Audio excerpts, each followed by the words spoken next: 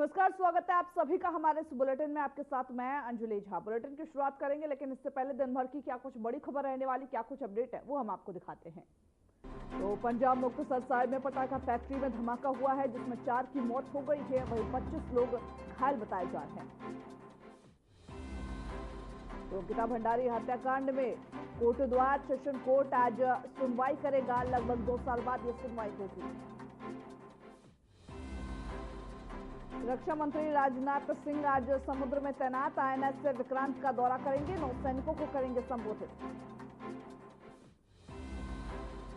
PM Modi के बिहार दौरे का आज दूसरा दिन 48,500 करोड़ की परियोजनाओं की देंगे सौगात। पीएम मोदी का आज कानपुर का दौरा, पहलगाम आतंकी हमले में मारे गए शुभम द्विवेदी के परिवार से कर सकते हैं मुलाकात।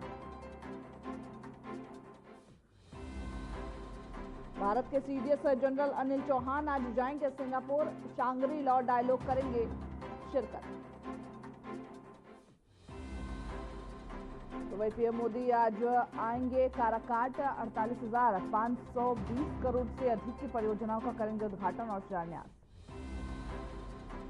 राजनाथ के झालावाड़ में रोडवेज बस और ट्रक के बीच भीषण टक्कर, 1 की मौत, दर्जन भर घायल।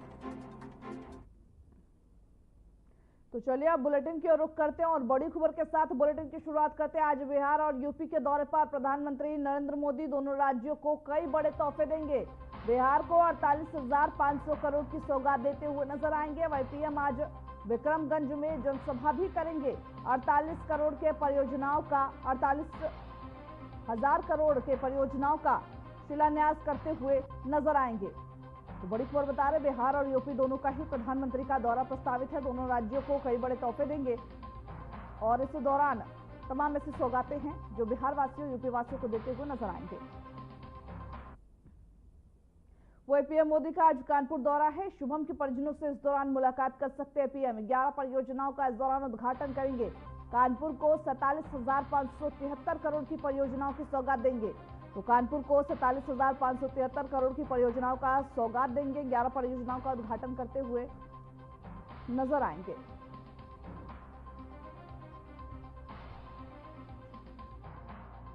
इसी पर ज्यादा जानकारी देने के लिए हमारे साथ हमारी सहयोगी साक्षी झा जुड़ चुकी है।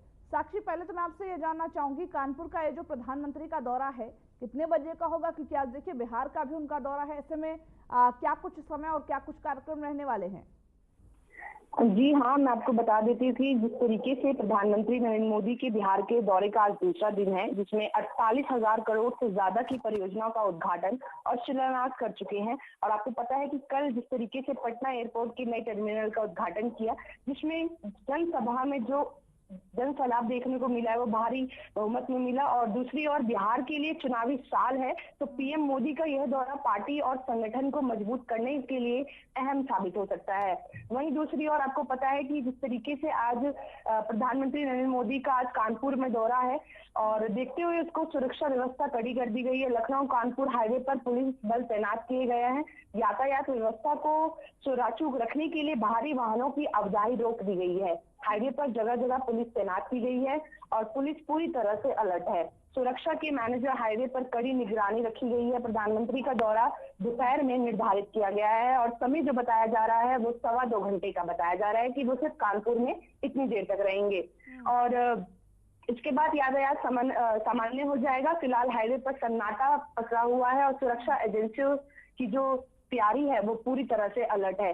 पहलगाम आतंकी हमले में मारे गए शुभम त्रिवेदी के परिवार से प्रधानमंत्री नरेंद्र मोदी मुलाकात करेंगे। शुभम त्रिवेदी के परिवार के चेकरी एयरपोर्ट ले जाएगा। कानपुर जिले की प्रशासन शुभम त्रिवेदी की पत्नी पिता को लेकर चेकरी एयरपोर्ट जाएगा। आपको बता दें कि पहले प्रधानमंत्री शुभम द्विवेदी के परिवार से तो मुलाकात करेंगे, लेकिन मैं यह भी जानना चाहूंगी कि क्या मेट्रो को लेकर के, क्योंकि ये कहा जा रहा था कि मेट्रो की परियोजना जो चल रही है उनके विकास कार्य को लेकर के भी वो जायजा लेते हुए नजर आए, क्या इसको लेकर के कोई जानकारी? दोबारा आवाज नहीं आ रही थी। साक्षी, क्या मेट्रो परियोजनाओं का जो कार्य चल रहा है उसको लेकर के भी कोई दौरा करते हुए या फिर निरीक्षण करते हुए नजर आएंगे? पहले यही बताया गया है सूत्रों से कि पीएम नरेंद्र मोदी जो है वो शुभम त्रिवेदी के परिवार से मुलाकात करेंगे और उसके बाद जितने भी कार्यक्रम है वो उन जगह पर पहुंचेंगे, क्योंकि प्रधानमंत्री का आज कानपुर दौरा है और उसको देखते हुए जो है लगातार प्रशासन भी काफी बड़ी संख्या में तैनात है और प्रधानमंत्री नरेंद्र मोदी जो है वो कानपुर के जितने भी शिलान्यास है वो लोगों के बीच रखेंगे और उत्तर प्रदेश के जो मुख्यमंत्री है योगी आदित्यनाथ वो भी शामिल रहेंगे। साक्षी, बहुत शुक्रिया आपका हमारे साथ जुड़ने के लिए, ज्यादा जानकारी देने के लिए। वही आज आईएनएस विक्रांत पर जाएंगे रक्षा मंत्री राजनाथ सिंह। आईएनएस विक्रांत पर जवानों से मुलाकात करेंगे राजनाथ सिंह। ऑपरेशन सिंदूर के बाद रक्षा मंत्री का यह पहला दौरा है। ऐसे में ऑपरेशन सिंदूर में अरब सागर में तैनात था आईएनएस विक्रांत। बड़ी खबर आपको बता रहे हैं, आईएनएस विक्रांत पर जवानों से मुलाकात करेंगे राजनाथ सिंह और साथ ही साथ नेवी के जो ऑफिसर्स हैं उनसे भी मुलाकात करते हुए नजर आएंगे। वही केंद्रीय गृह मंत्री अमित शाह के आगामी दौरे को देखते हुए पुंछ जिले में सुरक्षा व्यवस्था को सख्त कर दिया गया।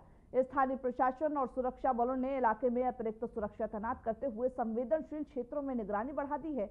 वही जानकारी के मुताबिक जो गृह मंत्री है उनका यह दौरा सुरक्षा समीक्षा और विकास कार्यों की प्रगति का जायजा लेने के उद्देश्य से बेहद अहम है। इसे ध्यान में रखते हुए सुरक्षा बलों द्वारा गश्त तेज कर दी गई है और चेक पोस्ट पर सख्ती बढ़ा दी गई है। ड्रोन और सीसीटीवी के जरिए भी निगरानी बढ़ा दी गई है।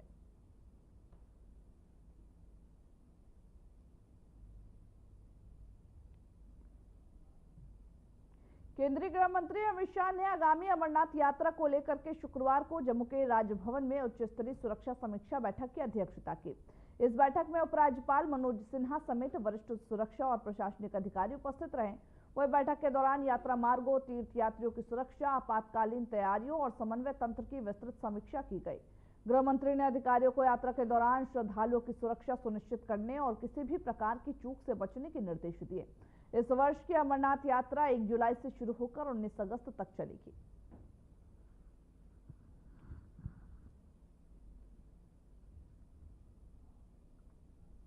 वही जम्मू कश्मीर पुलिस की काउंटर इंटेलिजेंस कश्मीर यानी कि CIK यूनिट ने आतंकी संबंधों से जुड़े हुए मामलों में कश्मीर के विभिन्न इलाकों में तलाशी अभियान शुरू कर दिया है।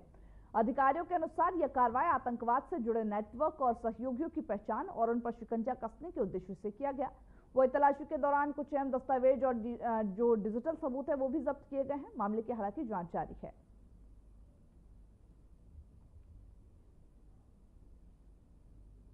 वही पुणे स्थित राष्ट्रीय रक्षा अकादमी NDA में आज 148वें कोर्स की पासिंग आउट परेड का आयोजन किया गया।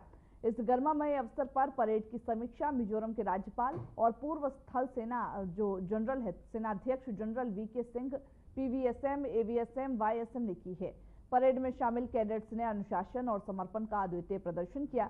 यह समारोह देश की तीनों सेनाओं के भविष्य के अधिकारियों के लिए एक महत्वपूर्ण पड़ाव को चिन्हित करता है।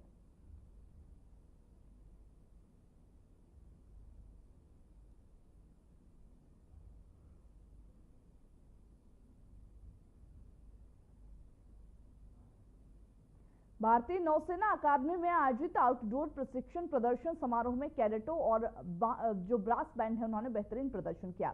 इस कार्यक्रम में शारीरिक परीक्षण और साथ ही साथ जो शारीरिक प्रशिक्षण के साथ मार्शल आर्ट, कलाबाजी, सैन्य संगीत और नौसेना की निरंतरता ड्रिल जैसी जो गतिविधियां वो शामिल है, जो कि प्रशिक्षण के सभी पहलुओं को दर्शाती है। आयोजन 31 मई को पासिंग आउट होने वाले पूर्व संध्या पर आयोजित किया जाएगा, जो एक नौसेना अधिकारियों के लिए एक अहम क्षण होता है। समारोह में कैडेट की दक्षता, अनुशासन और उत्साह स्पष्ट रूप से दिखाई दिया।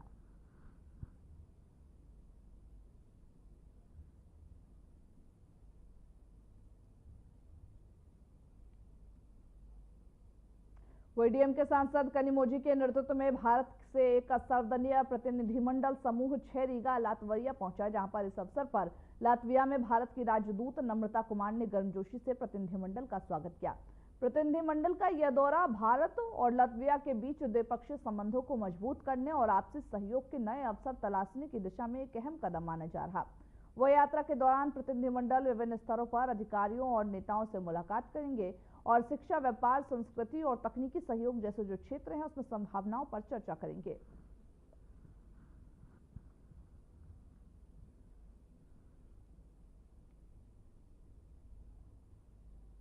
भारत के विदेश सचिव विक्रम मिस्री और उपराष्ट्रीय सुरक्षा सलाहकार राजदूत पवन कुमार ने वॉशिंगटन डीसी में अमेरिका के अग्रणी थिंक टैंक विशेषज्ञों के साथ एक महत्वपूर्ण और विचारोत्तेजक जो बातचीत की है। इस दौरान ही यह जानकारी भारतीय दूतावास ने सोशल मीडिया के एक्स प्लेटफॉर्म पर दिया है और ये साझा किया कि दूतावास की पोस्ट के अनुसार यह कहा गया कि इस व्यापक चर्चा में भारत अमेरिका के बीच रक्षा, प्रौद्योगिकी और व्यापार सहयोग के विविध पहलुओं के साथ साथ वर्तमान क्षेत्रीय और वैश्विक घटनाक्रमों पर भी विचार विमर्श हुआ। यह संवाद दोनों देशों के रणनीतिक संबंधों को और अधिक मजबूत बनाने की दिशा में एक महत्वपूर्ण कदम माना जा रहा है, जो कि इंडो पैसिफिक क्षेत्र में शांति और स्थिरता सुनिश्चित करने में भी सहायक हो सकता है।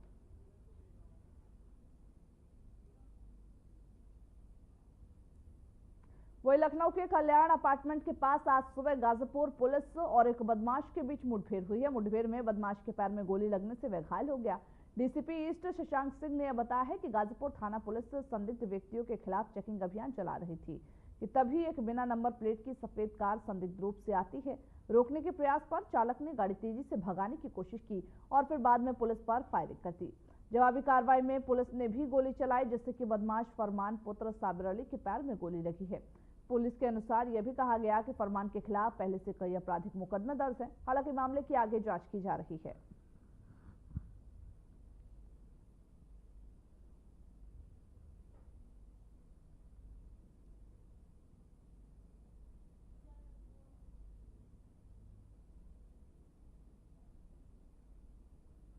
गाजियाबाद के मसूरी थाना क्षेत्र में पुलिस और बदमाशों के बीच मुठभेड़ हुई है। मुठभेड़ में एक वांछित अभियुक्त के पैर में गोली लगी। पुलिस के अनुसार यह मुठभेड़ सिपाही सौरभ हत्याकांड से जुड़े मुख्य आरोपी कादर के भाई आदिल को पकड़ने के प्रयास में की गई है। एसीपी वेब सिटी प्रियांशी पाल ने यह जानकारी दी है कि सिपाही सौरभ हत्याकांड में शामिल अभियुक्तों को पकड़ने के लिए कई पुलिस टीमों का गठन किया गया। इंस्पेक्टर अनिल के नेतृत्व में एक टीम आदिल का पीछा कर रही थी, जो ग्राम नाहल मसूरी का निवासी है। मुखबिर से सूचना मिलने पर पुलिस ने आदिल को बाइक पर सवार देखा और रुकने का इशारा किया, लेकिन उससे बाइक नहीं रोकी। रास्ता खराब होने के कारण बाइक फिसल गई और पुलिस को नजदीक आता देख आदिल ने फायरिंग शुरू कर दी। जवाबी कार्रवाई में पुलिस ने भी गोली चलाई, जिससे उसके पैर में गोली लगी है।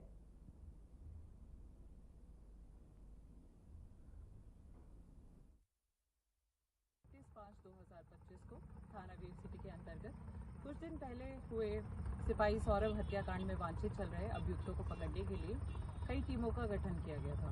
उसमें से एक टीम इंस्पेक्टर अनिल के नेतृत्व में जो है मुख्य आरोपी कादिर के भाई आदिल पुत्र खुर्शीद निवासी ग्राम नाहल थाना मसूरी का पीछा कर रही थी। टास्टा इकला रोड पे जाते हुए इस रोड पे जब मुखबिर की सूचना पे इसका पीछा किया जा रहा था, तब इनके द्वारा एसओ वेब सिटी को ये सूचित कर दिया गया था कि आगे एक चेक पॉइंट लगा के सघन चेकिंग की जाए। जब एसओ वेब सिटी द्वारा सघन चेकिंग की जा रही थी, उस वक्त संदिग्ध व्यक्ति को बाइक पे सवार देखते हुए उनके द्वारा रुकने का इशारा किया गया, पर इस संदिग्ध व्यक्ति द्वारा रुकने की बजाय अपनी बाइक को जो है फिटनेस सेंटर की तरफ मोड़ लिया गया। आगे रास्ता उबड़ खाबड़ होने की वजह से इसकी बाइक फिसल गई और इसने जो है पुलिस टीम को आते हुए देखकर जान से मारने की नीयत से उसने उनके ऊपर फायर कर दिया। जब पुलिस टीम ने आत्मरक्षा हेतु जवाबी कार्रवाई की तो इस अभियुक्त के पैर में गोली लग गई। घायल होने के कारण इसे सीएचसी पहुंचा दिया गया। इसके पास से एक अवैध तमंचा, एक जिंदा कारतूस, 2 खोखा कारतूस और एक बाइक बिना नंबर प्लेट की। पीएम मोदी ने अपने पश्चिम बंगाल के दौरे पर अलीपुरद्वार से एक जनसभा को संबोधित किया। इस मौके पर प्रधानमंत्री नरेंद्र मोदी ने कई मुद्दों को उठाया। उन्होंने कहा कि बंगाल का विकास भारत के विकास की नींव है। हमारा देश तेजी से विकास कर रहा। पीएम मोदी ने अलीपुरद्वार रैली में ममता सरकार पर भी जमकर निशाना साधा और इसी के साथ प्रधानमंत्री नरेंद्र मोदी ने पश्चिम बंगाल के जो जमीन है उससे पाकिस्तान को चेतावनी देते हुए कहा और बुरी लताड़ लगाई। उन्होंने यह कहा कि ऑपरेशन सिंदूर अभी खत्म नहीं हुआ, अभी भी बाकी है। देखिए इस रिपोर्ट को।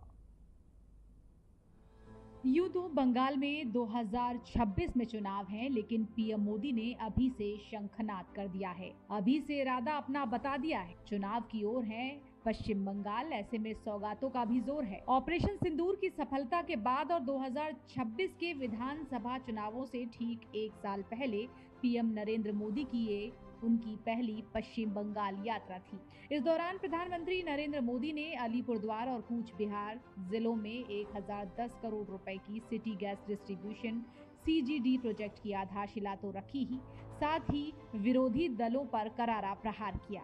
पीएम मोदी ने कहा कि आज जब भारत विकसित राष्ट्र की ओर बढ़ रहा है तो बंगाल की भागीदारी अपेक्षित भी है और अनिवार्य भी। उन्होंने बताया कि कैसे भारत नए सामर्थ्य के साथ और नई समृद्धि की नई गाथा लिख रहा है, ये भी पीएम मोदी ने बताया। साथ ही कहा कि आज देश का हर नागरिक विकसित भारत बनाने के लिए किसी भी राज्य का विकसित होना बहुत जरूरी है, इस पर पीएम मोदी ने जोर डाला। उन्होंने कहा कि इसीलिए पश्चिम बंगाल को भी एक नई ऊर्जा के साथ जुटना है। बंगाल को फिर उसी भूमिका में आना है जो उसकी कभी पहले पहचान रही थी। पीएम मोदी ने इसके लिए जरूरी बताया कि पश्चिम बंगाल फिर से नॉलेज का, ज्ञान विज्ञान का केंद्र बने। बंगाल मेक इन इंडिया का एक बहुत बड़ा सेंटर बने। बंगाल अपनी विरासत पर गर्व करे, उसे संरक्षित करते हुए तेज गति से आगे बढ़ाए। साथियों, 21वीं सदी में भारत नए सामर्थ्य के साथ समृद्धि की नई गाथा लिख रहा है। आज देश का हर नागरिक भारत को विकसित राष्ट्र बनाने के लिए जुटा है, दिन रात जुटा है और विकसित भारत बनाने के लिए पश्चिम बंगाल का भी विकसित होना बहुत जरूरी है। और इसलिए पश्चिम बंगाल को भी नई ऊर्जा के साथ जुटना है। बंगाल को फिर उसी भूमिका में आना होगा जो कभी यहां की पहचान थी, पूर्वोदय की नीति पर चल रही है। बीते दशक में बीजेपी सरकार ने यहां के विकास के लिए हजारों करोड़ों का निवेश किया है। अब से कुछ देर पहले यहां सिटी गैस डिस्ट्रीब्यूशन नेटवर्क का शुभारंभ भी हुआ है। केंद्र सरकार के प्रयासों से ही कल्याणी एम्स बना है। न्यू अलीपुरद्वार और न्यू जलपाईगुड़ी जैसे रेलवे स्टेशनों का पुनर्विकास किया जा रहा है। बंगाल की व्यापारिक गतिविधियों को उत्तर भारत से जोड़ने के लिए डेडिकेटेड फ्रेट कॉरिडोर बन रहा है। कोलकाता मेट्रो का अभूतपूर्व विस्तार किया गया है। ऐसे अनेक प्रोजेक्ट हैं जो भारत सरकार यहां पूरे करवाने का प्रयास कर रही है। इस मौके पर पीएम मोदी ने बंगाल सरकार पर निशाना साधा। कहा, राजनीति अपनी जगह है, लेकिन टीएमसी सरकार गरीबों, दलितों, पिछड़ों, महिलाओं के लिए इतनी निर्मम क्यों है। पश्चिम बंगाल के गरीब, एससी, एसटी, ओबीसी के लिए जो भी योजनाएं देश में चल रही है, उनमें से बहुत सारी योजनाएं यहां लागू ही नहीं होने दी जा रही है। पूरे देश में करोड़ों लोगों को आयुष्मान योजना के तहत मुफ्त इलाज मिल चुका है, लेकिन मुझे दुख के साथ कहना पड़ रहा है, इसका फायदा पश्चिम बंगाल के मेरे भाई बहनों को नहीं मिल रहा। पश्चिम बंगाल का कोई साथी अगर दिल्ली, बेंगलुरु, चेन्नई गया है, उसको वहां मुफ्त इलाज नहीं मिल पाता है, क्योंकि निर्मम सरकार ने बंगाल के अपने लोगों को आयुष्मान कार्ड देने ही नहीं दिया। आज देश भर में 70 वर्ष से ऊपर के बुजुर्गों को 5 लाख रुपए तक मुफ्त इलाज की सुविधा मिल रही है, लेकिन टीएमसी सरकार ये नहीं करने दे रही है। केंद्र की बीजेपी सरकार देश भर में गरीब परिवारों को पक्के घर बनाकर दे रही है, लेकिन पश्चिम बंगाल में लाखों परिवारों का घर नहीं बन पा रहा है। आखिर टीएमसी सरकार आप लोगों को लेकर इतनी निर्मम क्यों है? ममता सरकार पर पीएम मोदी ने बड़ा हमला बोलते हुए आगे कहा, बंगाल में कोर्ट को दखल देना पड़ता है, तुष्टीकरण के नाम पर गुंडागर्दी को छूट यहाँ मिलती है। यही नहीं, पीएम मोदी ने पश्चिम बंगाल में छाए संकट भी गिनाए। आज पश्चिम बंगाल एक साथ कई संकटों से घिरा हुआ है।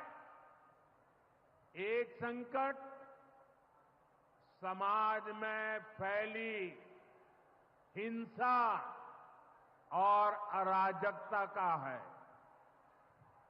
दूसरा संकट माताओं बहनों की असुरक्षा का है, उन पर हो रहे जघन्य अपराधों का है। तीसरा संकट नौजवानों में फैल रही घोर निराशा का है, बेतहाशा बेरोजगारी का है। चौथा संकट घनघोर करप्शन का है। यहां की सिस्टम पर लगातार कम होते जनविश्वास का है। और पांचवा संकट गरीबों का हक छीनने वाली सत्ताधारी पार्टी की स्वार्थी राजनीति का है। इसके साथ ही पीएम मोदी ने आदिवासी परिवारों के सशक्तिकरण के लिए केंद्र सरकार की प्रधानमंत्री जन मन योजना की शुरुआत का भी जिक्र किया, जिसे राज्य सरकार ने लागू नहीं किया। पीएम मोदी ने आरोप लगाया कि पश्चिम बंगाल सरकार को आदिवासी समाज की परवाह ही नहीं। देश में पहली बार जनजातियों में भी सबसे पिछड़ी जनजातियों के लिए पीएम जनमन योजना बनाई गई है। पश्चिम बंगाल में बहुत बड़ा आदिवासी समाज है। टीएमसी सरकार गरीब आदिवासियों का विकास भी नहीं होने दे रही है। उसने पीएम जनमन योजना को यहां लागू नहीं किया। टीएमसी हमारे आदिवासी समाज को भी वंचित ही रखना चाहती है। साथियों, टीएमसी को आदिवासी समाज के सम्मान की परवाह नहीं है। पीएम मोदी ने यहां साफ कर दिया कि पहलगाम हमले के बाद अब भारत ने दुनिया को बता दिया है कि अगर अब भारत पर आतंकी हमला हुआ तो दुश्मन को उसकी बड़ी कीमत चुकानी पड़ेगी। उन्होंने पाकिस्तान को भी दो टूक कहा। पश्चिम बंगाल के गरीब एससी, एसटी, ओबीसी के लिए जो भी योजनाएं देश में चल रही है, उनमें से बहुत सारी योजनाएं यहां लागू ही नहीं होने दी जा रही है। पूरे देश में करोड़ों लोगों को आयुष्मान योजना के तहत मुफ्त इलाज मिल चुका है। लेकिन मुझे दुख के साथ कहना पड़ रहा है, इसका फायदा पश्चिम बंगाल के मेरे भाई बहनों को नहीं मिल रहा। पश्चिम बंगाल का कोई साथी अगर दिल्ली, बेंगलुरु, चेन्नई। तो चलिए, खबरों के हमारे इस बुलेटिन में बस इतना ही। मुझे दीजिए इजाजत। नमस्कार।